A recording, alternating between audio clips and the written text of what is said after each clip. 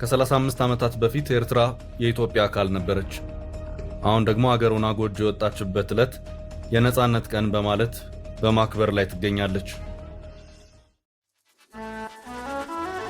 ፕሬዝዳንት ኢሳያስም ከፕሬዝዳንት ዶናልድ ትራምፕ እስከ ፈረንሳዩ ፕሬዝዳንት ኢማኑኤል ማክሮን እንደዚሁም እስከ ፕሬዝዳንት ፑቲን ድረስ እንኳን ለ35ኛው የነጻነት በዓል አደረሰው በሚል የደስታ መግለጫ እየጎረፈላቸው ነው። በእነዚህ የ35 ዓመታት የሀገርነት ጊዜያት ለመሆኑ ሀገርነት ምን ጥቅም አስገኘ፣ ምንስ ጉዳት የሚለው የፖለቲካ አካውንቲንግ ግን ዛሬም ድረስ አልተሰራም።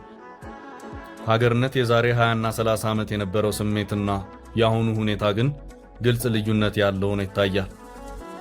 ኤርትራውያን ኤርትራን ከኢትዮጵያ ነፃ ወጣን ብለው ያስረከቡት ለፕሬዝዳንት ኢሳያስ ሆኗል። ኢሳያስም ኤርትራን በተረከቡበት እንዳለች ይዘው ቁጭ አድርገው እየጠበቁ ነው። የትላንትናው ኤርትራ ባለችበት ያው ናት። ዓለም በብዙ የለውጥ ማዕበል ውስጥ ሲያልፍ ኤርትራ እንደ አደራ ዕቃ ባለችበት እንዳለች ቀጥላ እነሆ 35ኛ የነጻነት በዓል ላከብር ነው እያለች ነው። Imagine a country where the internet barely works, ATMs don't exist, and the government controls nearly every aspect of daily life. Welcome to Eritrea, off the east coast of